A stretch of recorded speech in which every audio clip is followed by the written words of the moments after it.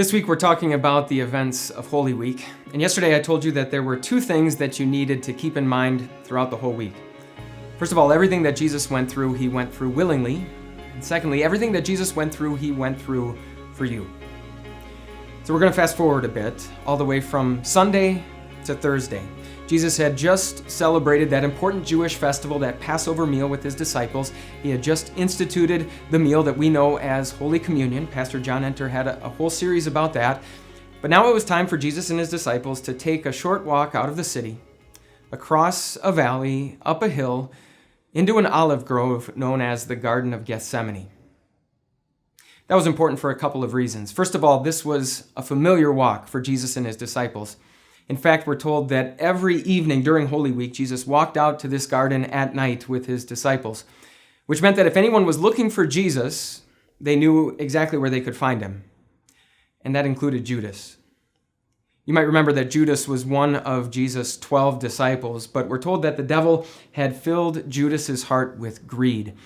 And so Judas had agreed to betray Jesus, to hand Jesus over and deliver him to his enemies in exchange for 30 pieces of silver. And so when it finally came time for Judas to go to those enemies and lead the detachment of soldiers to Jesus to find him, Judas knew exactly where to go. That walk to the Garden of Gethsemane was also important because in that garden, Jesus and the rest of his disciples would part ways.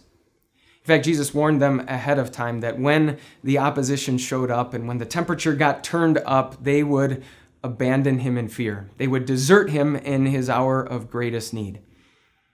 So in the Garden of Gethsemane, Jesus knew that one of his friends would betray him, and yet he went anyway.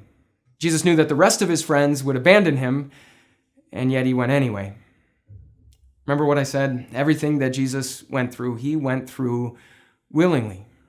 And sure enough, it happened just as he knew it would. Jesus was arrested in that garden, and by the very next sundown, he would be dead. He would be lying lifeless in a tomb. But everything that Jesus went through, he went through willingly. And in fact, what happened in that garden really reminds us why. See, when it came time for Jesus to do what he had come to this earth to do, he needed to part ways with his friends. He needed to go it alone.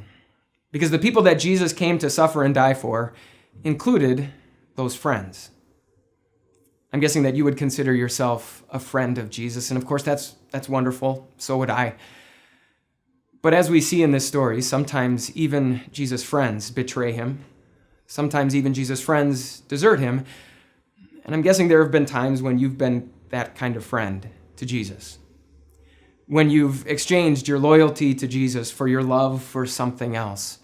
When the opposition has shown up and the temperature has turned up and the last place you wanted to be was right by Jesus' side. Even friends of Jesus sometimes desert and sometimes abandon, which is why everything that Jesus went through, he went through for you.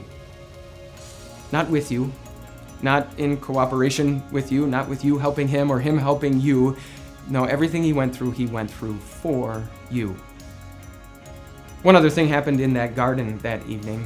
Jesus' willingness to go through with all of this was sort of put to the test, you might say. Before Judas or any of the soldiers showed up, Jesus had spent several hours in intense prayer. Over and over and over again, he asked that if there was any way that he could be spared from the suffering he knew that he was coming and still save us, that his Father in heaven would allow him to do that. And yet every time that he prayed, Jesus submitted his will to his Father's. He said, "Not my will, but yours be done." And so thankfully, when the Father's answer to Jesus' prayer was no, Jesus' answer to his Father's plan, his answer for you, was yes. Did you enjoy this video? Well, we would love to share so much more Jesus with you. Just click right here.